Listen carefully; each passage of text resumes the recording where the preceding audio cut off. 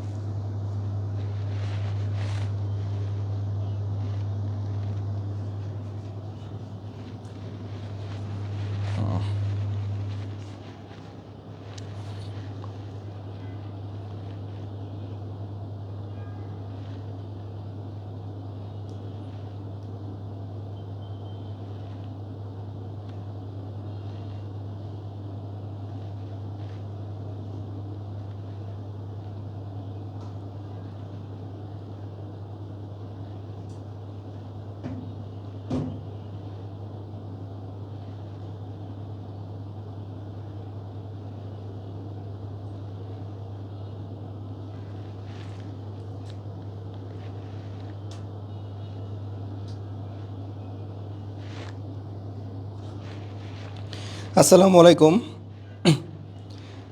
UCC আয়োজিত আপনাদের 2026 ব্যাচের জন্য গাইডলাইন ক্লাস, তারই ধারাবাহিকতায় আজকে হচ্ছে আমাদের ফিজিক্স ক্লাস শুরু হবে।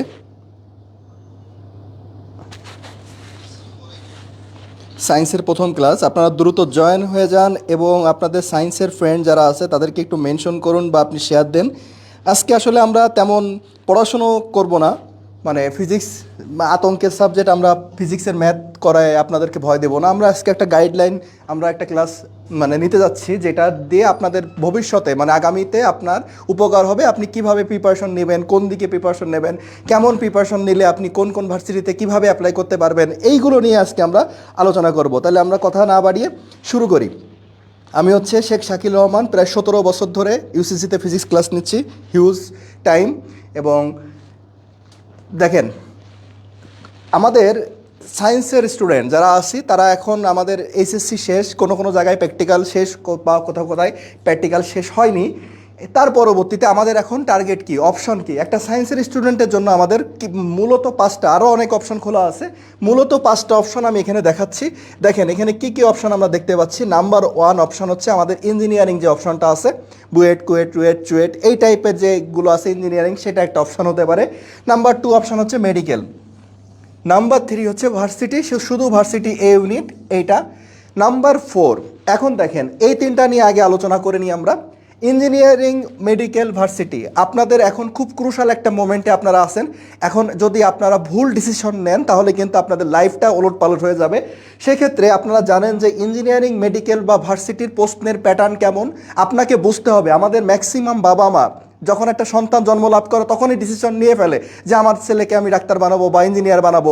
তারপরে আপনাকে প্রেশার দিতেই থাকে, একটা পর্যায়ে যে আপনি কিন্তু ওইটা ফিল আপ করতে পারেন না, তখন হিতের বিপরীত হয়, কিছুই হয় না।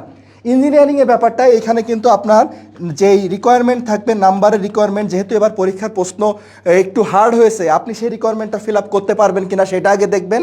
আপনি আপনার ম্যাথমেটিক্যাল ব্রেন ভালো কিনা, আপনি বেশি বেশি চাপ নিতে পারবেন কিনা, আপনি ফিজিক্সে এইচএসসি লেভেলে কোনো রকম মানে A+ পাওয়ার জন্য কয়েকটা সাবজেক্ট, কয়েকটা চ্যাপ্টার বাদ দিচ্ছেন, আপনার হচ্ছে প্রিপারেশন 100% ছিল না, কিন্তু আপনি এখন স্বপ্ন দেখতেছেন ইঞ্জিনিয়ারিং, তাহলে কিন্তু হবে না। এটা আপনাকে বুঝতে হবে। নাম্বার 2 যেটা, সেটা হচ্ছে মেডিকেল। মেডিকেলের ব্যাপারটা হচ্ছে সম্পূর্ণ পড়া, মুখস্থ বিদ্যা। আপনি কতটুকু পড়তে পারেন, আপনি ডেইলি 15 ঘন্টা, 16 ঘন্টা বা তারও বেশি সময় পড়তে পারেন কি না, সেটা আপনাকে আগে বুঝতে হবে। যে আপনি হুট করে ডিসিশন নিয়ে ফেলেন যে আমি ডাক্তার হবো, আমার বাবা মা বলতেছে আমার ডাক্তার হতে হবে, আমি ডাক্তারি মেডিকেলে কোচিংয়ে ভর্তি হয়ে গেলাম, কিন্তু আমি আসলে এত পড়ার প্রেশার নিতে পারি না, আমি কুটায় কুটায় পড়তে পারি না, প্রত্যেকটা লাইন আমি পড়তে পারি না, এত পড়ার চাপ আমি নিতে পারি না, কিন্তু আমি মেডিকেল ভর্তি হয়ে গেছি, মেডিকেল কোচিংয়ে ভর্তি হয়ে যাচ্ছি। তারা হয় কি, পরবর্তী 1 মাস বা 2 মাস যাওয়ার পরে আবার কিন্তু আমরা ব্যাক করি ভার্সিটিতে। নাম্বার 3, আমি বাংলাদেশের প্রেক্ষাপটে এখন এবার যে সিচুয়েশন, তাতে 5 স্টার দিয়ে রাখবো হচ্ছে শুধুমাত্র ভার্সিটির প্রিপারেশন এইটাকে।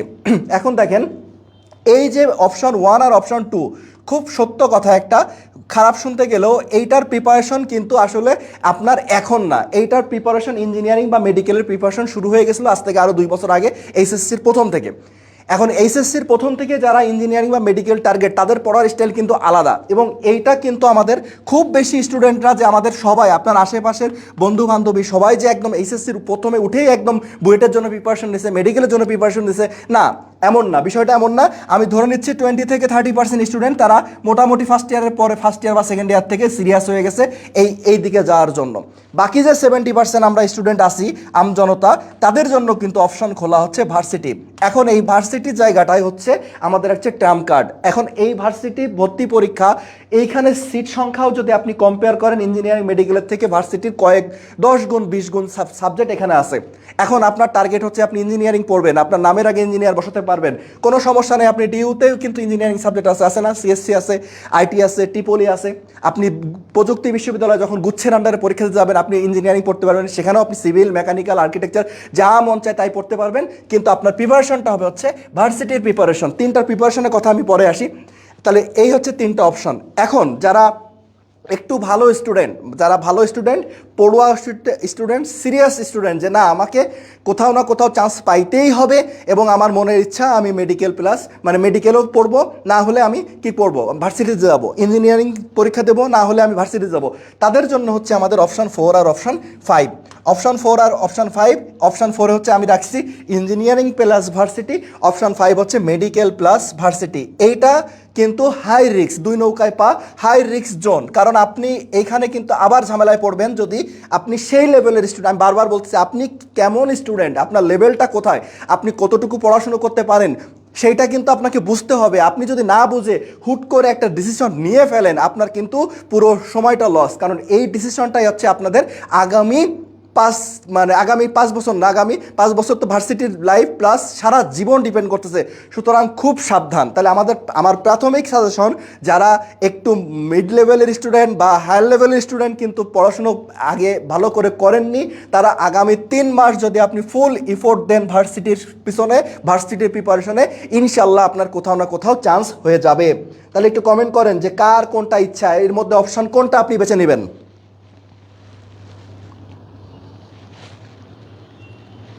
স্যার এটা কি খ বিভাগরা করতে পারবে? পারবে। এখানে হচ্ছে আপনাদের মূলত গাইডলাইন ক্লাস তো সবাই করেন, সমস্যা নাই। আজকে ওভারঅল নিয়ে আলোচনা হবে, যখন ম্যাথে চলে যাব তখন আপনি আর ক্লাস করার দরকার নাই।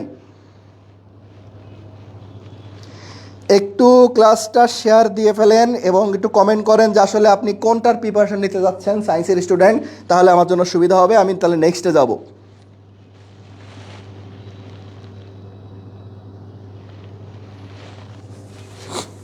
আসসালামু আলাইকুম স্যার, আপনার দাড়িগুলো তো সব পাইকে গেছে। জি, আমার দাড়ি সব পেকে গেছে, কারণ আমার বয়স অনেক হয়ে গেছে। কারণ আমি পড়াচ্ছি 17 বছর ধরে, তাহলে আমার বয়স কত? আর আমার বাপ বয়সী বড় ভাই আপনি। আসসালামু আলাইকুম। এখন দেখেন, আমি এখন যদি একটু প্রিপারেশনের দিকে খেয়াল করি, আমি তো ডিসিশন নিলাম যে আমি ভার্সিটিতে পড়বো বা ইঞ্জিনিয়ারিং পড়বো, বা আমি হচ্ছে সব, এখন কোনটার প্রিপারেশন কেমন হবে। আমি যদি আজকে, যেহেতু আমরা ইউসিসি, আমরা টোটালি আমাদের যে 41 বছরের সাফল্য, আমরা কিন্তু একমাত্র প্রতিষ্ঠান এই 41 বছর ধরে আমরা মূলত কিন্তু আর কোনো প্রতিষ্ঠান ফুললি ভার্সিটির উপরে ফোকাস না। একদম চ্যালেঞ্জ থাকবে। আপনি অনলাইনে থাকতে পারে বিভিন্ন কোর্স, অনলাইনের ব্যাপারটা ভিন্ন, কিন্তু আপনি অফলাইনে সবাই হচ্ছে মানে মিক্সড। মেডিকেলের পাশে আপনাকে মেডিকেলে কোচিংয়ে ভর্তি হচ্ছেন, সাথে বলবে যে ম্যাথ প্রোগ্রামে ভর্তি হও, কিছু ওখানে নামমাত্র আপনাকে ম্যাথ ক্লাস করাবে, আপনাকে ফিজিক্স ক্লাস করাবে, বায়োলজি, কেমিস্ট্রি হালকা হালকা ক্লাস করাবে, বা ইঞ্জিনিয়ারিং আপনাকে বলবে মাইগ্রেশনের সুযোগ থাকবে। এইটা হচ্ছে আমরা ফাঁদে পা দেই যে ইঞ্জিনিয়ারিং পড়তে পড়তে হুট করে দেখলাম যে আমার রেজাল্ট খারাপ হলো, আমি হচ্ছে মাইগ্রেশন করে এই ইউনিটে চলে গেলাম সেই কোচিংয়ে। না, আমরা কিন্তু এরকম না। আমাদের ফুললি আমরা একদম শুরুর দিন থেকে, একদম যে সামনের সপ্তাহ থেকে কোচিং শুরু হবে, শুরুর দিন থেকে একদম শেষ দিন পর্যন্ত কিন্তু আমরা ফুললি ফোকাস করবো হচ্ছে কার উপরে? ভার্সিটির উপরে, ভার্সিটির এই ইউনিটের উপরে। এই জিনিসটা মাথায় রেখে আপনি ডিসিশন নেবেন আসলে আপনি কোথায় ভর্তি হবেন। এখন দেখেন পার্থক্যটা, এইচএসসি এক্সাম আর অ্যাডমিশন এক্সামের পার্থক্যটা কোথায় সেটা আপনাকে আগে একটু বুঝতে হবে। এইখানে দেখেন যে এইচএসসি এক্সাম মূলত ডিপেন্ড করছে যে তুমি কতটা পড়েছো। এইচএসসি এটা হচ্ছে মূল যদি আমি ফোকাস করি যে এইচএসসি ডিপেন্ড করতেছে যে তুমি আসলে কতটুকু পড়েছো। আর অ্যাডমিশন এক্সামের মূল থিমটা কি, মোটোটা কি, তুমি কত দ্রুত ও নির্ভুলভাবে পড়া জিনিসটা ব্যবহার করতে পারো। এখন দেখেন যে আমরা ঢাকা ইউনিভার্সিটির রেজাল্টটা দেখতেছি যে 6% থেকে 7% পাশের হার। এই ইউনিটে বলেন যে কোনো ইউনিটে পাশের হার হচ্ছে 6 থেকে 7%। এখন কেন আমাদের এত ফেল আসতেছে কেন? আমরা কি ভালো স্টুডেন্ট এত যদি আমরা প্রত্যেকটা কলেজ, বাংলাদেশের প্রত্যেকটা কলেজের ফার্স্ট বয়কে যদি আমি কাউন্ট করি, শুধুমাত্র ফার্স্ট বয়, তাও তো এর পার্সেন্টেজটা বেশি হয়ে যাওয়ার কথা, তাই না? কিন্তু আমরা পাস করতে হিমশিম খাচ্ছি যে আমাদের 60টা এমসিকিউ আসে, 60টা এমসিকিউ এর মধ্যে আমাদের পাস হচ্ছে 24-এ, পাস মার্ক কত? 24। এবং এই ইউনিটে কিন্তু আমাদের আলাদাভাবে ইন্ডিভিজুয়াল পাস করা লাগে না, যেটা বি ইউনিট বা সি ইউনিটে লাগে। সায়েন্সের জন্য কিন্তু আপনার এই আলাদাভাবে পাস করা লাগে না। তারপরেও কিন্তু আমরা পাস করতে পারতেছি না, কারণ হচ্ছে আমরা দুইটাকে অ্যাডজাস্ট করতে পারতেছি না, দুইটাকে আমরা কম্পেয়ার করতে মানে পড়াশোনাটাকে, কারণ আমরা সময় পাচ্ছি তো মাত্র 3 মাস। এখন দেখেন যে আপনি আপনার লাইফে সবথেকে বড় পরীক্ষা দিয়েছেন কোনটা? এইচএসসি পরীক্ষা দিয়েছেন, তাই না? এই এইচএসসি পরীক্ষায় এইবার ধরেন আপনি মিনিমাম একদিন গ্যাপ পেয়েছেন, সব সাবজেক্টের আগে মিনিমাম একদিন বা 2 দিন বা 3 দিন গ্যাপ পেয়েছেন। তা ধরেন আপনার রবিবারে হচ্ছে ফিজিক্স ফার্স্ট পার্ট পরীক্ষা, আপনি শুক্রবার রাতের থেকে শনিবার সব টোটালটা ফিজিক্স ফার্স্ট পার্ট পড়তে যে আপনি এইচএসসি মানে পরীক্ষায় বসতেছেন, মানে 24 ঘন্টা বা 36 ঘন্টা বা 48 ঘন্টা কিন্তু আপনি ফিজিক্স ফার্স্ট পার্ট নিয়ে আলোচনা করতে মাথায় নিয়ে আপনি পরীক্ষার হলে যাচ্ছেন। এই হচ্ছে আপনার লাইফের সবচেয়ে বড় পরীক্ষা। এইখান থেকে যখন আপনি অ্যাডমিশন টেস্ট দিতে যাচ্ছেন যে কোনো ভার্সিটিতে, তখন আপনার মাথায় ফিজিক্সের 2 পেপার, কেমিস্ট্রির 2 পেপার,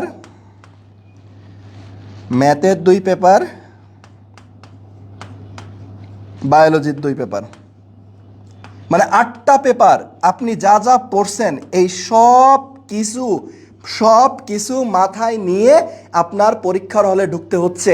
এই জন্য আমাদের পাশের হারটা কিন্তু অনেক কমে যাচ্ছে। পাশের হারটা কমে যাওয়ার একটা অন্যতম কারণ হচ্ছে আমরা 4টা সাবজেক্টের 8টা পেপার যা যা পড়ছি সব কিছু আমাদেরকে 60 মিনিট বা কোথাও 50 মিনিট বা কোথাও 100 মিনিটের জন্য বসতে হচ্ছে মাথায় নিয়ে। এখন আপনি যত ভালো স্টুডেন্টই হন না কেন, আপনার প্রিপারেশন যত ভালোই হোক না কেন, আপনি কিন্তু পরীক্ষার হলে যে সব কিছু মনে রাখতে পারতেছেন না। আমাদের আরেকটা যেটা সমস্যা হয়ে থাকে সেটা হচ্ছে আমরা পরীক্ষার আগের রাতে কোপ দিব, এরকম একটা চিন্তা ভাবনা থাকে যে আমি পরীক্ষার আগের রাতে প্রিপারেশন নিয়ে অনেক কিছু করে ফেলি, আমরা চলে আসতেছে, এইভাবে চলে আসতেছে।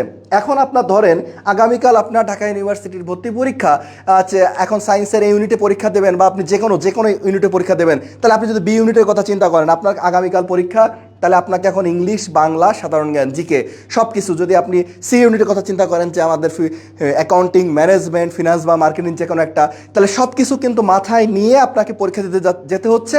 তার ফলশ্রুতিতে কি হচ্ছে, আপনি যখন পরীক্ষা দিতে বসতেছেন আপনার কি হচ্ছে, সব কিছু মাথায় থাকতেছে না। সুতরাং আমাকে এমনভাবে প্রিপারেশন নিতে হবে যেন হচ্ছে আমি পরীক্ষার হলে আমাদেরকে সব মনে না থাকলেও কিছু মনে থাকে এবং আমরা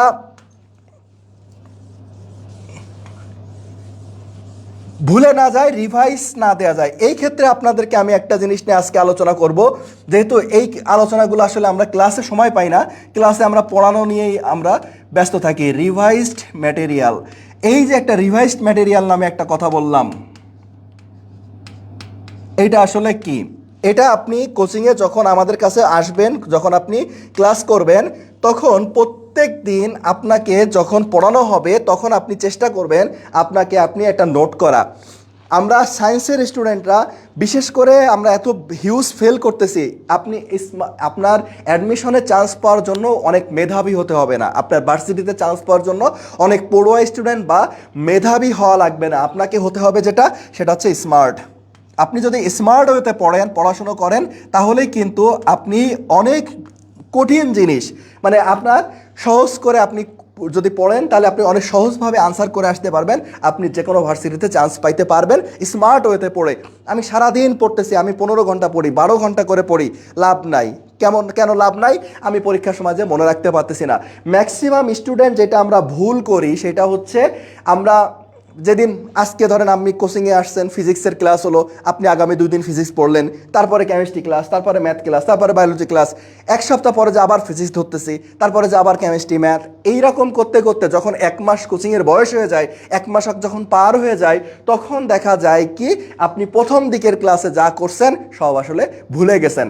এই জন্য আপনি একটা আলাদা খাতা বানাবেন, রিভাইজড ম্যাটেরিয়াল, যেই খাতাতে আপনি পরীক্ষার আগের রাতে কি কি পড়বেন সেইগুলো। ধরেন আপনি আজকে চলতরিৎ চ্যাপ্টার পড়তেছেন, চলতরিৎ চ্যাপ্টারের আপনি একটা নোট বানাবেন 1 পেজ, সেই 1 পেজের মধ্যে কি থাকবে, যার সূত্রগুলো থাকবে, কি কি টাইপের ম্যাথ ছোট ছোট করে লিখে রাখলেন। পরের ক্লাসে আপনি আবার স্থিরতরিৎ আপনি পড়লেন, এই স্থিরতরিতের আরেকটা পেজের নোট হবে। এইরকম প্রত্যেকটা ক্লাসের পরে একটা পেজের নোট হবে, এবং সেই নোটটা আপনি শুরুর দিন থেকে যদি শেষ দিন পর্যন্ত দেখতে পারেন, ইনশাল্লাহ আপনি যখন 3 মাস পরে পরীক্ষা দিবেন, এখান থেকে তাও 80 থেকে 90% আপনার মাথায় থাকবে। তারপরেও সব থাকবে কিনা গ্যারান্টি বলা যাচ্ছে না। এখন দেখেন, অ্যাডমিশন প্রিপারেশনে 10টি ভুল, এই 10টি ভুল আসলে শুধুমাত্র সায়েন্সের স্টুডেন্ট না, সব ইউনিটের স্টুডেন্টের জন্য প্রযোজ্য। আমরা একটু দেখি, এই ভুলগুলো যদি আমরাও করি তাহলে কিন্তু আমরাও ফেল করে বসে থাকবো।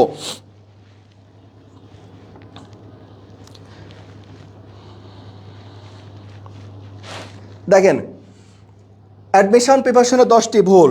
নাম্বার 1, সব বিশ্ববিদ্যালয়ের জন্য আলাদা আলাদা প্রিপারেশন নেওয়া, হোক আপনি সায়েন্সের স্টুডেন্ট, আর্টসের স্টুডেন্ট বা কমার্সের স্টুডেন্ট, হোয়াটএভার যাই হোক না কেন, আপনি কেন সব ভার্সিটির জন্য আলাদা আলাদা প্রিপারেশন নেবেন? অনলাইনে দেখবেন যে বিভিন্ন জায়গায় বিভিন্ন কোর্স বিক্রি করতেছে, জাহাঙ্গীরনগর বিশ্ববিদ্যালয়ের কোর্স, আবার এদিকে চুয়েটে মানে কুমিল্লা বিশ্ববিদ্যালয়ের কোর্স, চিটাগাং বিশ্ববিদ্যালয়ের কোর্স, জগন্নাথের কোর্স, ঢাকা ভার্সিটির কোর্স। আরে আল্লাহ, তাহলে আমাকে যদি এত ভার্সিটির কোর্স কিনতে হয় তাহলে তো আমি ফকির হয়ে যাব, আর আমি এই প্রিপারেশন আসলে কোনোটাই নিতে পারবো না। আমার খালি কোর্স কেনাই শেষ, কোর্সগুলো কিনে রেখে দিলাম।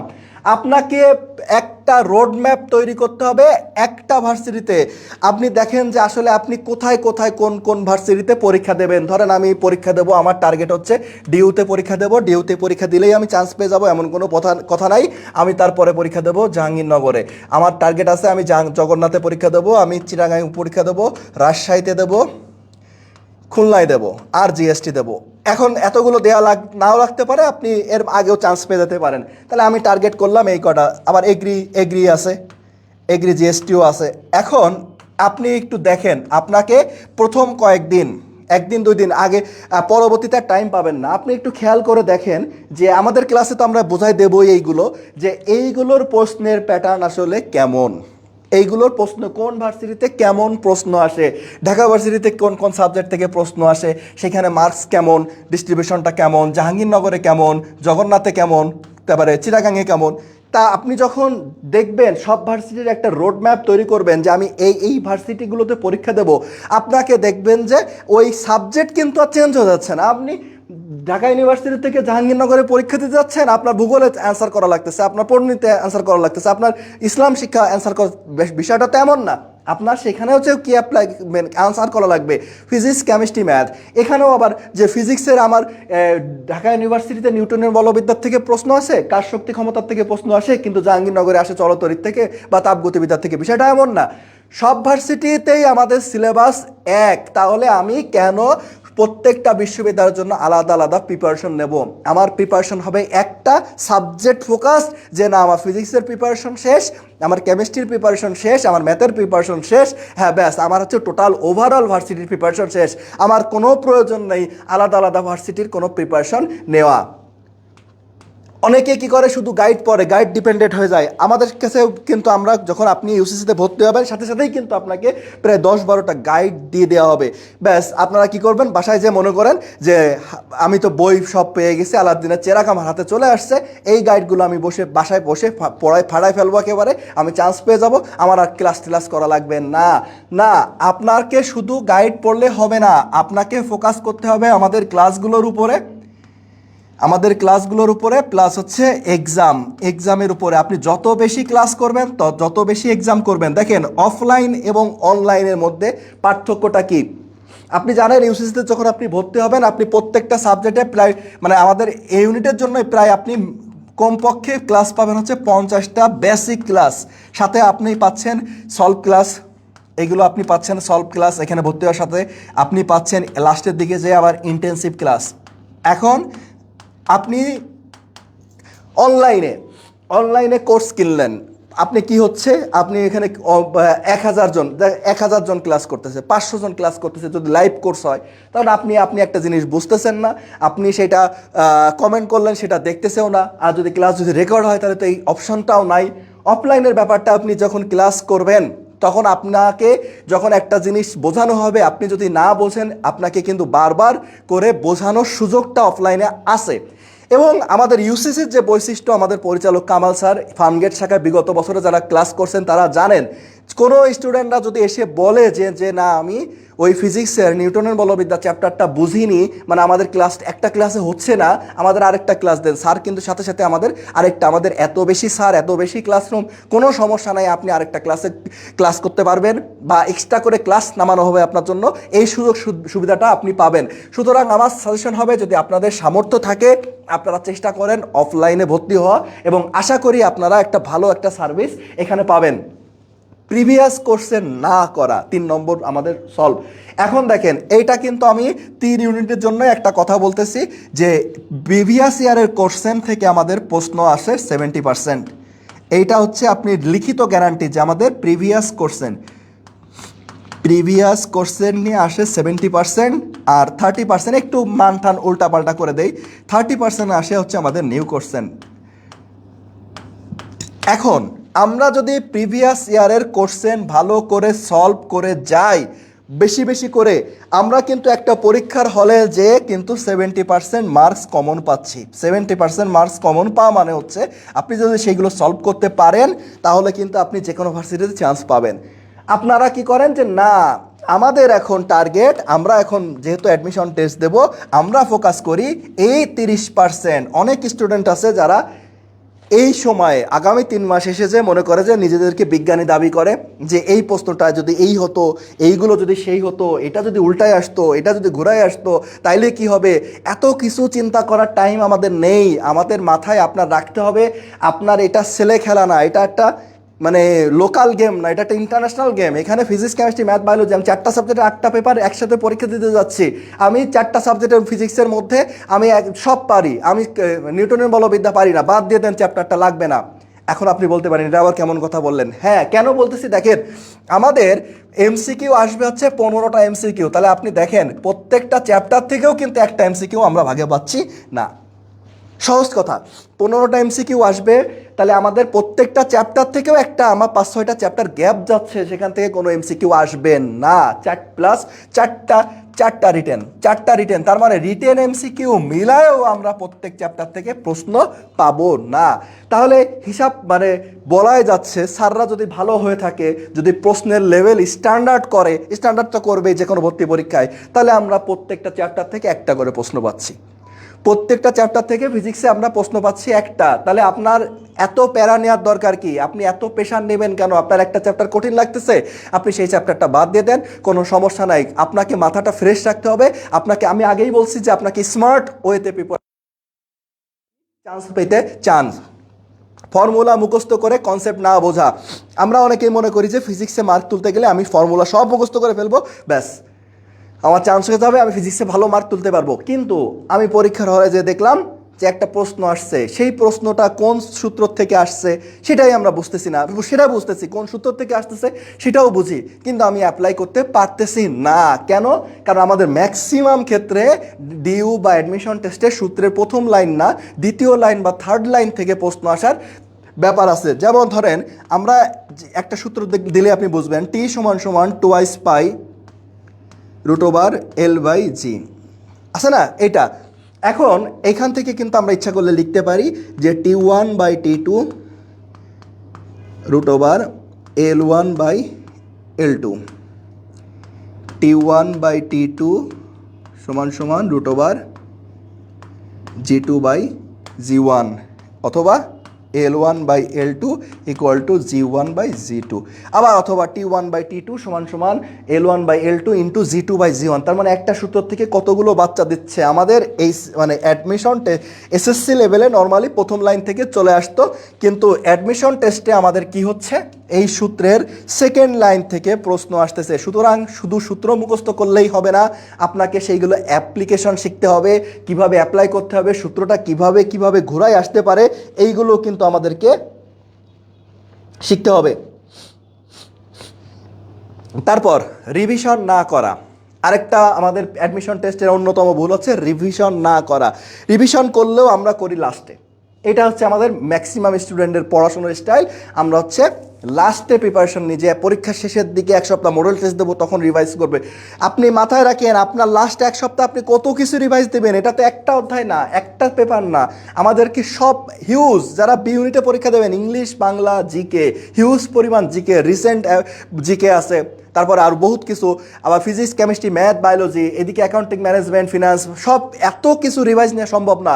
সুতরাং আপনাকে ডেইলি রিভিশনের মধ্যে থাকতে হবে। ডেইলি রিভিশন মানে প্রতিদিন ক্লাস করবেন, ওইটা তুলে রেখে দেবেন, আবার আপনি লাস্টের দিকে নামাবেন, এইরকম করলে কিন্তু হবে না। আপনাকে এক সপ্তাহ পর পর বা আপনি একটা রুটিন করে নেন যে 10 দিন পর পর আমি এই 10 দিনে কী পড়লাম, এই এক সপ্তাহ কী পড়লাম, এইগুলো আমি আবার রিভাইজ দেবো। যদি আপনি এরকম টানা রিভিশন করতে থাকেন তাহলে মোটামুটি আপনার সব কিছু মনে থাকবে। নাম্বার 6, অনেক বই পরিবর্তন করা। অনেক বই, অনেক কোচিং, অনেক শিট, অনেক ম্যাটেরিয়ালস, আপনাদের সামনে এখন অনেক অপশন, আপনাদের অফলাইন অনলাইন মিলে হাজার হাজার মতো ব্যাঙের ছাতার মতো কোচিং আছে, প্রত্যেক কোচিংয়ে নিজস্ব বই আছে, তাদের শিট আছে। আমি কত কিছু পড়বো, সর্বনাশ। এখন আপনি যে ইউনিটের স্টুডেন্ট হন, যেখানেই কোচিং করেন, আপনি কিন্তু কি করবেন, আপনি ফিক্সড করে ফেলেন না। আপনি ইউসিসিতে ভর্তি হচ্ছেন, ইউসিসির উপরে ভরসা রাখতে হবে আপনাকে। আমরা প্রত্যেকটা ক্লাসে আলাদা আলাদা লেকচার শিট দিচ্ছি, শুরুতেই আমরা সকল বই একবারে দিয়ে দিচ্ছি। লাস্টের দিকে দেখেন এখানে আমার কাছে আছে,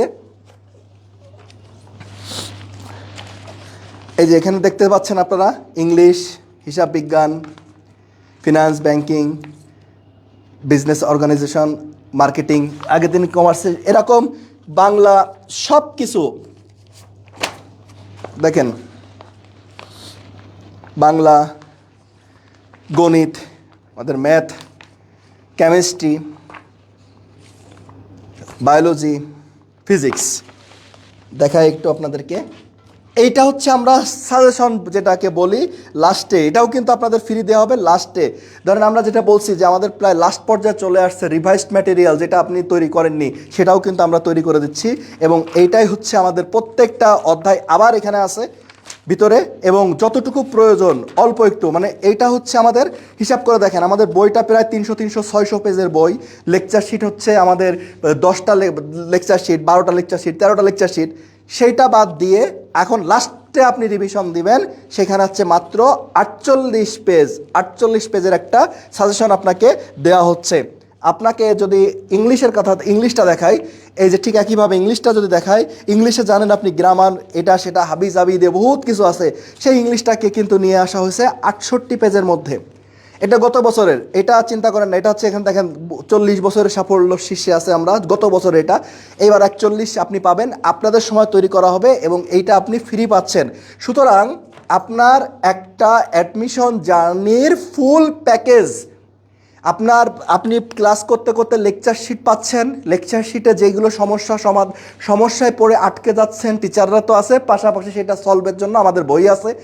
লাস্টে যে আমি কি করব, দিশেহারা হয়ে গেছি, হতাশ হয়ে গেছি, লাস্টে যে আমরা সাজেশন সেটাও আমরা দিচ্ছি, সব কিছু। সুতরাং এই যে ঘন ঘন বই পরিবর্তন করা, আপনি আমাদের ইউসিসিতে ভর্তি হয়েছেন, কদিন পরে ক্লাস করে এসে বলবে যে আরে দোস্ত, ওই রাইটারের ওই পাবলিকেশনের কেমিস্ট্রি বইটা তো সেই, এখানকার ফিজিক্সের বইটা তো সেই, আপনি আবার ওইটা কিনলেন, কদিনের পরে এসে বললেন যে আল্লাহ এটা তো সেই, আবার কিনলেন, পিডিএফ পাওয়া যাচ্ছে ওখানে 50 টাকা দিলে, হোয়াটসঅ্যাপ গ্রুপে 50 টাকা দিলে পিডিএফ আর পিডিএফ সব আমি কিনে জমা করে রাখতেছি, কিন্তু আসলে দিন শেষে আমি কোনোটাই পড়তে পারতেছি না।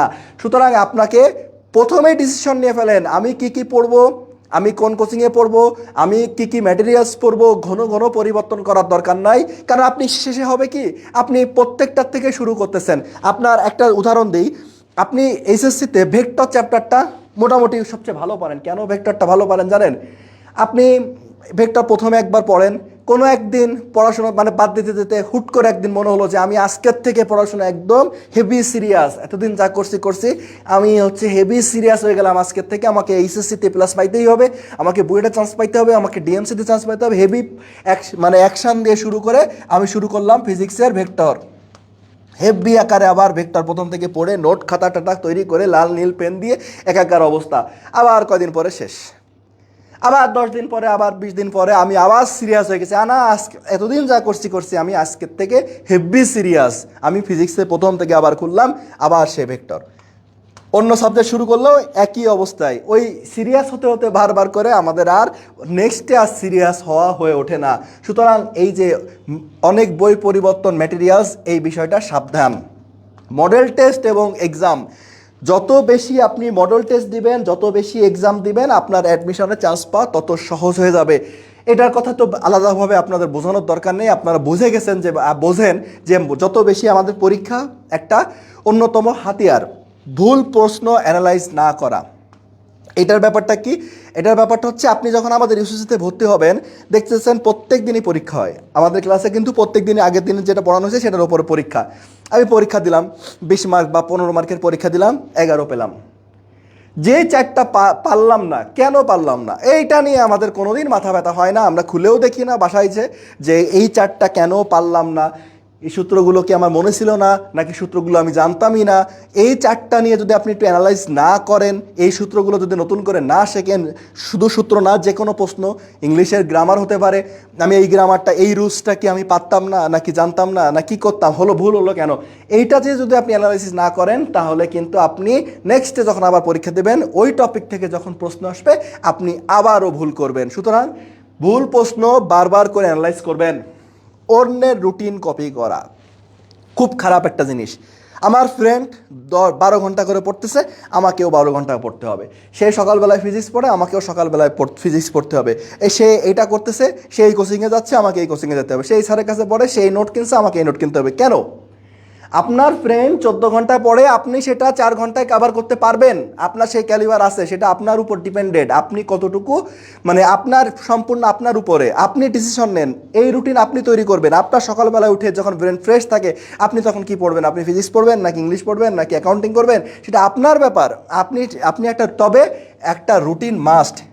অ্যাডমিশন টেস্টে চান্স পাইতে গেলে আপনাকে রুটিন মাস্ট রাখতেই হবে, না হলে আপনি ওলটপালট হয়ে যাবেন। কারণ সব সাবজেক্ট যখন আপনি শুরু করবেন, কয়দিন পরে সব আপনি তালগোল পাকায় ফেলবেন। আপনি যদি প্রতিদিন সব সাবজেক্ট একটু একটু করে না পড়েন, আপনি কিন্তু দিন শেষে ধরা খাবেন। সুতরাং আপনি অবশ্যই এখন কোচিংয়ে আমাদের ক্লাস শুরু হতে আরও 1 সপ্তাহ লাগবে, এই কাজগুলো আপনি এখন করে ফেলেন। আপনি একটা রুটিন তৈরি করে ফেলেন যে আমি সকালে 2 ঘন্টা ফিজিক্স পড়বো, তারপরে কোচিংয়ে আসবো, তারপরে বাসায় যেয়ে ঘুম দেবো, তারপরে সন্ধ্যার থেকে কেমিস্ট্রি পড়বো, রাতে ম্যাথ পড়বো, বায়োলজি পড়বো ঘুমানোর আগে, বা দুপুরবেলা শুয়ে থেকে বায়োলজি পড়বো। এইরকম যা মন চায় আপনি, কিন্তু 4টা সাবজেক্টকে একটা সুন্দর একটা ফ্রেমে নিয়ে এসে আপনি একটা রুটিন তৈরি এখনই করে ফেলেন। 10, এইটা নিয়ে তো আর কিছু বলার নাই। শেষ মুহূর্তে প্রিপারেশন শুরু করা। আমাদের ম্যাক্সিমাম স্টুডেন্ট কোচিংয়ে ভর্তি হচ্ছি, বাবা মা টাকা দিয়েছে, কোচিংয়ে ভর্তি হচ্ছি, ব্যাস ক্লাসে আসছি, যাচ্ছি, ঘুরে ফিরে আইরে নাইরে করতে করতে হুট করে দেখবেন যে রেজাল্ট দিয়ে দিচ্ছে এইচএসসির। হুট করে হায় আমার তো রেজাল্ট দিয়ে দিচ্ছে, আমি তো কিছুই পড়াশোনা শুরু করিনি, তাহলে আমাকে এখন থেকে সিরিয়াস হতে হবে। আর যারা আরেকটা বোকামি কাজ করবেন, সেটা হচ্ছে রেজাল্ট খারাপ হবে ভেবে যারা এখন বাসায় বসে আছেন, তারা কিন্তু খুব একটা খারাপ কাজ করতেছেন। রেজাল্ট খারাপ হলো হোক, কত খারাপ হবে, আপনার জিপিএ 5 পাওয়ার কথা ছিল, আপনি 4.8 পাচ্ছেন, আপনি 4.5 পাচ্ছেন, আপনি 4 পাচ্ছেন, পান না, সমস্যা কি? এই আপনি পেয়েছেন 4, আপনার বন্ধু বান্ধবী পেয়ে গেছে জিপিএ 5, এই তাকে টক্কর দিতে আপনাকে ডিউতে 2টা এমসিকিউ বেশি কারেক্ট করা লাগবে। আপনি তাহলে চিন্তা করে দেখেন, আপনি মন খারাপ করে বসে আছেন, আপনি পরবর্তীতে কোচিং করবেন, পরবর্তীতে আপনি পড়াশোনা শুরু করবেন। কেন? ওয়াই? আপনি 4 পেয়েছেন, আপনার ফ্রেন্ড পেয়েছে 5, তাকে টপকাতে আপনার মাত্র 2টা এমসিকিউ কারেক্ট করা লাগবে। 2টা, অনেক জায়গায় লাগবেই না, আমাদের রেজাল্ট যোগই হয় না, বা অনেক জায়গায় আরও কম, হাফ বেশি, হাফ এদিক সেদিক মার্ক হবে।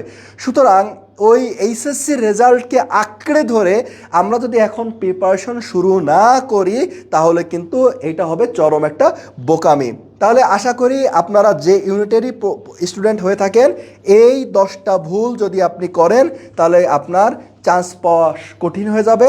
আশা করি বুঝতে পারছেন, এই ভুলগুলো করা যাবে না। কারো কোনো প্রশ্ন থাকলে একটু করতে পারেন।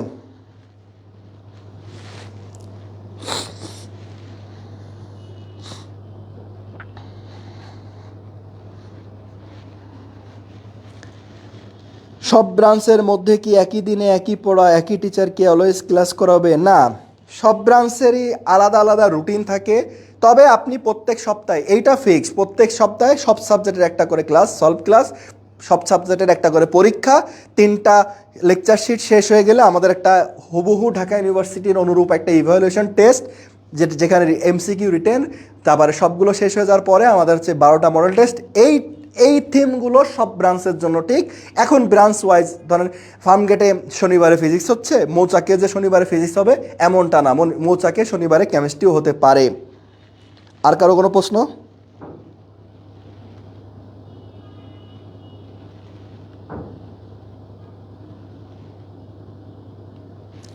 ক্লাস শুরু হবে প্রাথমিক ডিসিশন 20 বা 22 তারিখ থেকে। আমাদের স্যারের যে আগামীকালের মানে কেমিস্ট্রি ক্লাস, তারপরে একটা ওরিয়েন্টেশন ক্লাস হবে অনলাইন, সেই ক্লাসে স্যার ইনশাল্লাহ ঘোষণা দিয়ে দেবেন যে আমাদের প্রথম ব্যাচগুলো কবে থেকে শুরু হবে। খুব সম্ভবত আমি যতদূর জানি 22 তারিখ থেকে হতে পারে,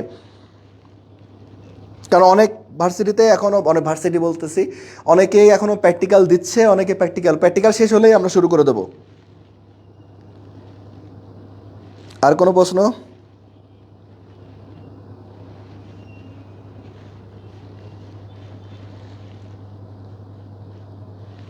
স্যার ক্লাসটা কতক্ষণ হবে? আর বেশিক্ষণ না, আপনারা যদি থাকেন তাহলে আর অল্প কিছুক্ষণ হবে।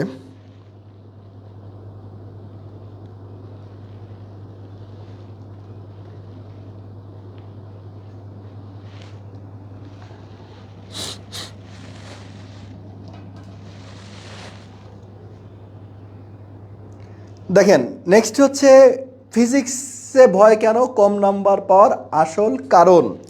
যে আমাদের ফিজিক্স অ্যাডমিশন টেস্টে একদম মানে একটা ওপেন সিক্রেট, আমরা সবচেয়ে বেশি কম মার্ক পাই ফিজিক্সে। কেন? ফিজিক্সে তো এত কম পাওয়ার কথা না আমাদের না। দেখেন, আমি যদি আপনাদেরকে সহজ একটা হিসাব বলি, যে 15টা এমসিকিউ প্রতি বছর, লাস্ট কয়েকটা বছরের প্রশ্ন যদি আমরা পর্যালোচনা করি, ফিজিক্সের প্রশ্ন আসলেই বেশ একটু কঠিন লাগে সবার কাছে। এখন কথা হচ্ছে, এই ফিজিক্সের প্রশ্ন কঠিন, 15টা এমসিকিউ কি কঠিন না? এখানে 4 থেকে 5টা প্রশ্ন থাকে, স্যাররা ইচ্ছা করে দেয় হচ্ছে কঠিন। আমরা 10-11টা প্রশ্ন কিন্তু নর্মাল প্রশ্ন পেয়ে যাচ্ছি, যেই 10 থেকে 11টা প্রশ্ন রেগুলার বেসিকে আমাদের আসতেই থাকে। ধরেন তাপগতিবিদ্যার প্রথম সূত্র থেকে একটা প্রশ্ন, থিওরিটিক্যাল একটা প্রশ্ন, লাস্ট দেখেন কয়েক বছর আছে। সার্কিট প্রতি বছর হয় রিটেনে বা এমসিকিউতে আছে। লেখচিত্র একটা, যখন এখন গতিবিদ্যা এতদিন শর্ট সিলেবাসে ছিল না আমাদের, এবার দেখবেন গতিবিদ্যা যেহেতু আছে, একটা গ্রাফ আমরা আশা করতে পারি। ভেক্টর থেকে একটা প্রশ্ন, ওই গুটি কয়েক প্রশ্ন থেকে আসতেই আছে। হ্যাঁ, 4টা থেকে 5টা প্রশ্ন স্যাররা এমন টেস্ট দিয়ে রাখতেছে যেটা আসলে 40 সেকেন্ডের মধ্যে করা সম্ভব হচ্ছে না। স্যাররা তাহলে আমি যদি এই 4টা-5টার দিকে ফোকাস না করি, তাহলেও তো আমাকে 10 থেকে 11 ফিজিক্সে পাওয়া উচিত, যেখানে আমি পাচ্ছি 2 বা 3।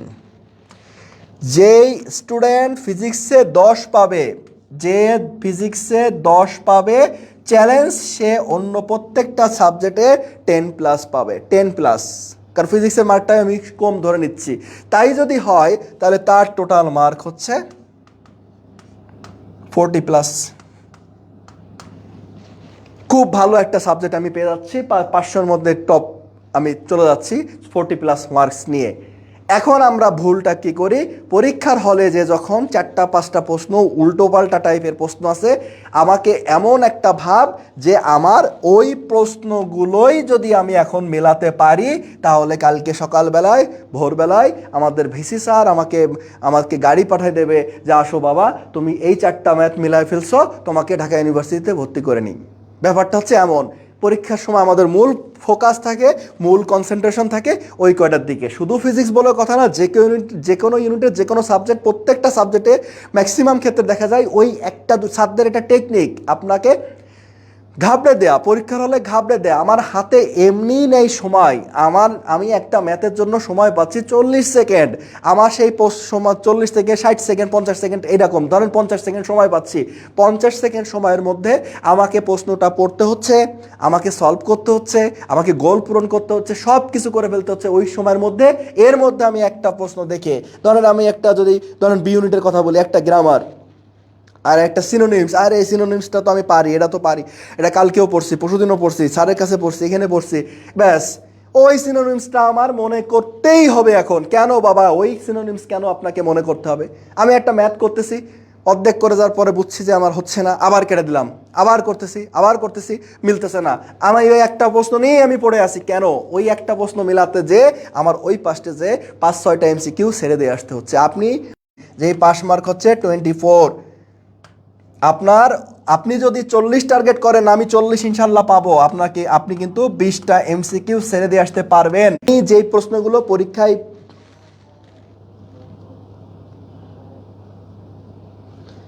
যেই দু একটা প্রশ্ন কঠিন থাকবে, আমি কেন সেইটার উপরে ফোকাস করব, এই বিষয়গুলো আপনাদেরকে ক্লাসে আরও বিস্তারিত আলোচনা করা হবে। তাহলে আপনি বুঝবেন যে আসলে অ্যাডমিশন টেস্টের জার্নিটা কেমন। এইবার আসি ফিজিক্স। যখন আমি আজকে ফিজিক্স নিয়ে একটু আলোচনা করব, সেটা হচ্ছে খুব মনোযোগ দিয়ে খেয়াল করেন। আমরা প্রথম যে অ্যাডমিশন টেস্টে এখন প্রিপারেশন নিতে যাব, তখন কিন্তু আমরা ধরা খাবো ফার্স্ট অফ অল ক্যালকুলেটর নাই। আমরা এইচএসসির থেকে মাত্র আসছি প্রিপারেশন নিতে, আমরা এখন ক্যালকুলেটর ছাড়া ম্যাথ করতে যেয়ে সর্বপ্রথমে ধরাটা খাবো, গ্যারান্টি। এখন দেখেন, এই ক্যালকুলেটর নাই আমাদের,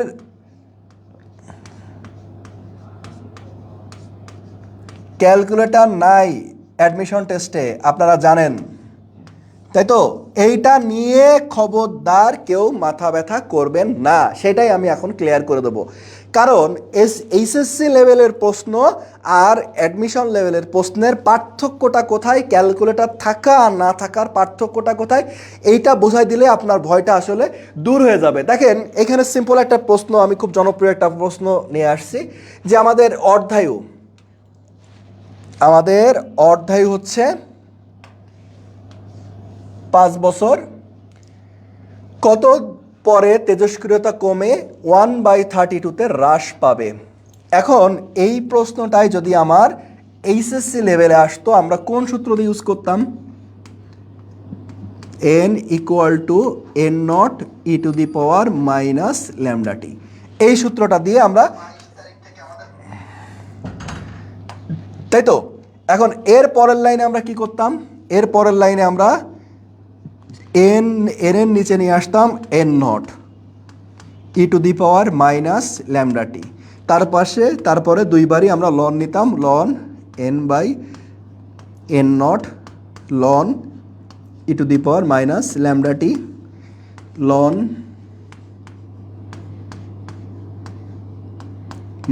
-λt চলে আসলো, লন এর মান হচ্ছে 1। এই পর্যন্ত করার পর আমরা কি করতাম? মানগুলো বসাতাম।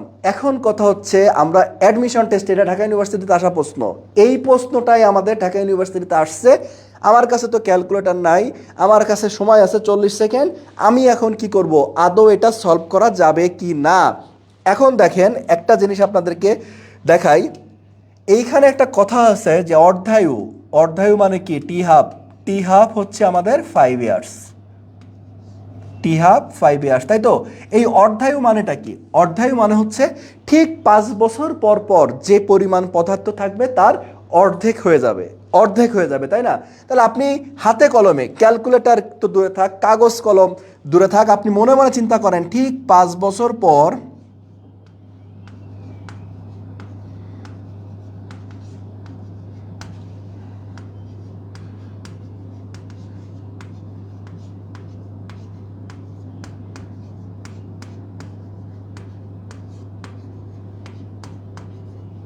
অর্ধেক হয়ে যাবে, অবশিষ্ট থাকবে হাফ অংশ, তাই তো? টি হাফ 5 ইয়ার্স, এটা মানে তো এটাই বোঝায় 5 বছর পরে হাফ থাকবে। তাহলে ঠিক আর 5 বছর, তার মানে 10 বছর পর অবশিষ্ট থাকবে। এগুলো কিন্তু আমি মনে মনে হিসাব করব। তার অর্ধেক 1/4 অংশ। 15 ইয়ার্স পর অবশিষ্ট থাকবে 1/8 অংশ। 20 ইয়ার্স পর অবশিষ্ট থাকবে 1/16 অংশ। 25 ইয়ার্স পর অবশিষ্ট থাকবে 1/32 অংশ। ব্যাস, আমাদের প্রশ্নে চাওয়া হয়েছিল কিন্তু 1/32-তে হ্রাস পেতে কত সময় লাগবে? তাহলে 25 বছর সময় লাগবে। আনসার হচ্ছে 25 ইয়ার্স। এই কাজটা যেটা আপনাদেরকে বোঝালাম, সেইটা আমরা করব কোথায়? হাতে কলমেও না, ক্যালকুলেটারও না, আঙ্গুলে কর গুনে গুনে। 5 বছর পরে হাফ, 10 বছর পরে 1/4। তাহলে দেখেন, এই প্রশ্নে আমাদের ক্যালকুলেটর লাগতেছে না। ঠিক আছে, এখন যদি এইখানে 1/32 জায়গায় 1/30 অংশ থাকতো, ব্যাস, তাহলে জিনিসটা ক্যালকুলেটর সারা জীবনেও করা সম্ভব না। কারণ ক্যালকুলেটর যেহেতু নাই, স্যাররা কিন্তু এই হাফ, 1/4, 1/8, 1/16, 1/32 মধ্যেই থাকতে হবে, বা 1/64 আরও আগাতে হবে, এই রিদমেই থাকতে হবে। ক্যালকুলেটর নাই, ক্যালকুলেটর যে আমরা সলভ করতে পারবো না, ইউজ করতে পারবো না, এটা আপনি যেমন জানেন, আমি যেমন জানি, যেই স্যার প্রশ্ন করবেন সেই স্যারও ভালোভাবে জানেন। তাহলে কথা হচ্ছে সেই স্যার তো জীবনেও 1/30 দিবে না। এই জিনিসটা আপনাকে মাথায় রাখতে হবে। আপনি কিন্তু আগামীতে পরবর্তীতে পদে পদে ধরা খাবেন, এরকম মাথার মধ্যে আসবে, আপনার মাথার মধ্যে অবশ্যই আসবে। আপনি যখন একটা প্রশ্ন সলভ করবেন তখন মাথার মধ্যে আসলো 1/32 জায়গায় যদি 1/34 থাকে, এখানে যদি 1/28 থাকে বা 1/20 থাকে, তাহলে আমি কি করব? তাহলে কি আমি লনের মান মুখস্থ করব? তাহলে কি এই করবো সেই করবো? এই করে করেই আমরা আসলে এই টাইমটুকু নষ্ট করি। এটা একদম কমন সেন্স যে আমাদের থাকলে এই কয়টার মধ্যেই থাকবে।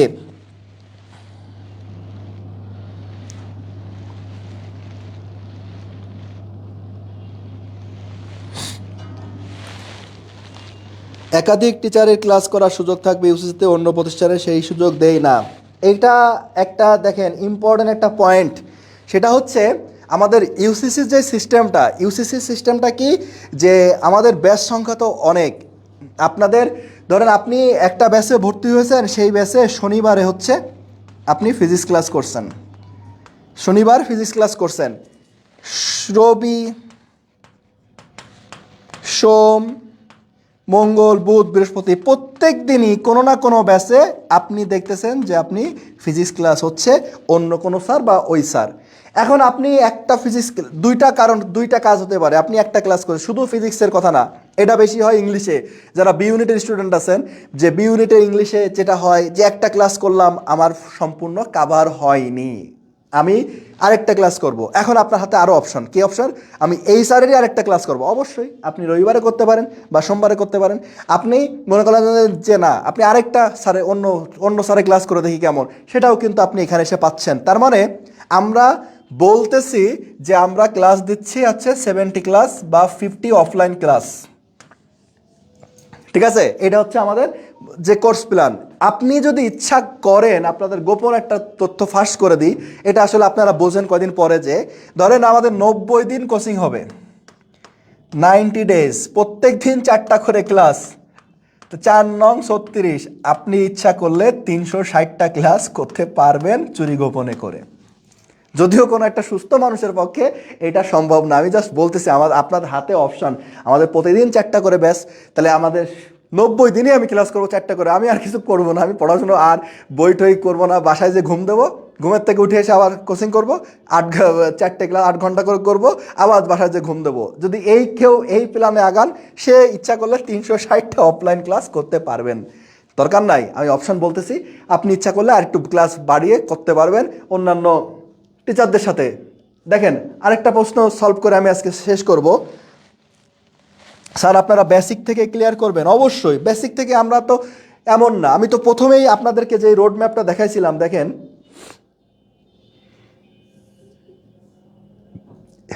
এই যে ইউসিসি কোথায়, ইউসিসি কিন্তু কেন ইউসিসি অন্যান্য কোচিং থেকে আলাদা, এই যে এইটাই হচ্ছে, এইখানে হচ্ছে ইউসিসি।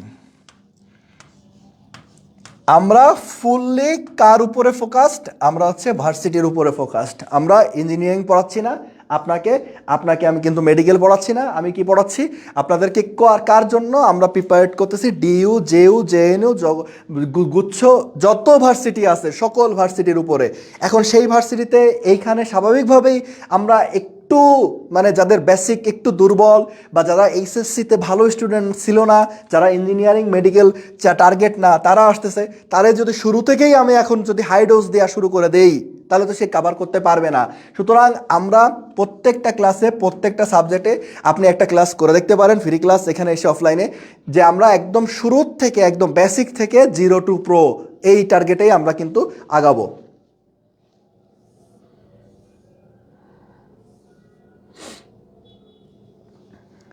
দেখেন 25 বছর বয়সের একজন মহাশূন্যচারী মহাকাশযানে 1.8 10⁸ মিটার পার সেকেন্ড বেগে ভ্রমণ করে পৃথিবীর হিসেবে 30 বছর পর ফিরে এলে তার বর্তমান বয়স কত? আপনাদের সৃজনশীলও এটা একটা ইম্পর্টেন্ট প্রশ্ন ছিল, আমাদের এমসি মানে অ্যাডমিশন টেস্টেও একটা ইম্পর্টেন্ট প্রশ্ন। এখন প্রশ্ন সলভ শিখাবই আমরা আজকে যেটা করতে যাচ্ছি যে টি সমান সমান t nought by root over 1 minus V square by C square. এর পাশাপাশি যে আরও যে সূত্রগুলো এখানে আছে L equal to L nought 1 minus V square by C square. এখন দেখেন যেখানে ছিলাম আমি যে ক্যালকুলেটার বাদে আসলে অ্যাডমিশন টেস্টটা কেমন, তার চেহারা কেমন।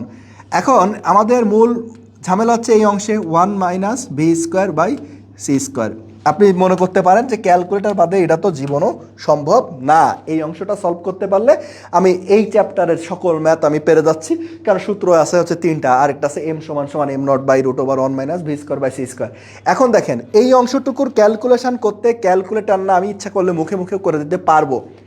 আগে আমি একটু দেখাই যে এইখানে আমাকে যেই মানটা দেওয়া আছে যে 1.8 ইন্টু 10⁸ মিটার পার সেকেন্ড, তাহলে আমি একটু মানটা বসাই যে 1 মাইনাস 1.8 ইন্টু 10⁸ বাই 3 ইন্টু 10⁸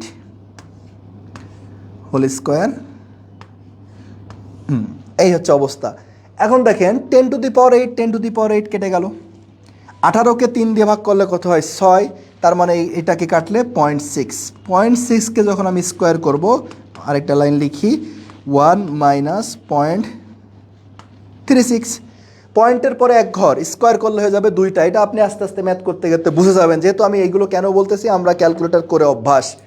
তাহলে 1 মাইনাস 36, তাহলে এখান থেকে বিয়োগ করলে কত হয় 0.64, এটুকু করলে হলো 0.8 গেল। ক্যালকুলেটর বাদে অঙ্কটা সলভ করা গেল। আর একটা দেখি আমি, দেখেন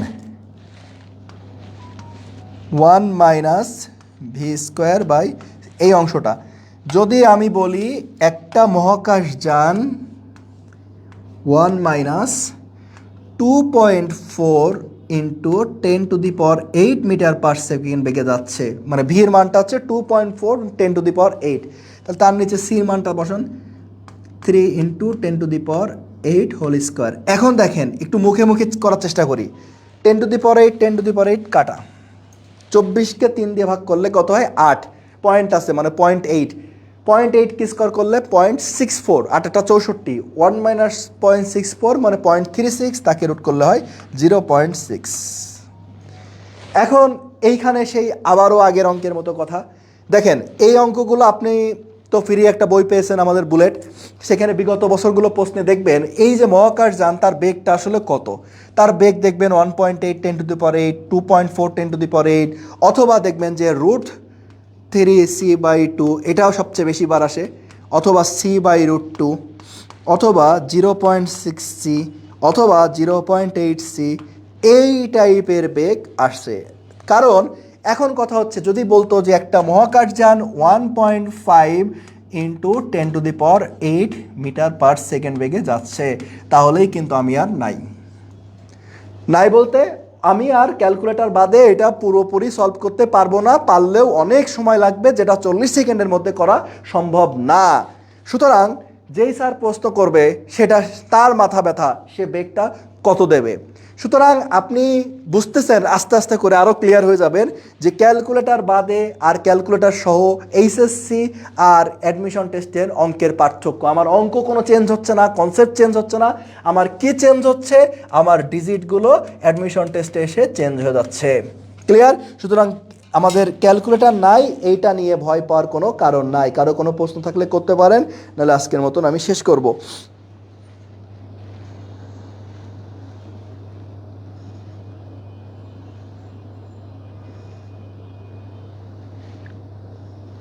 তাহলে সবাই ভালো থাকবেন, ক্লাসে দেখা হবে ফার্মগেট মৌচাক।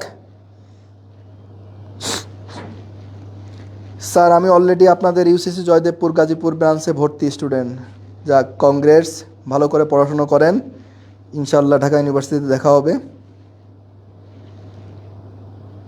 সবাই ভালো থাকবেন, আল্লাহ হাফেজ।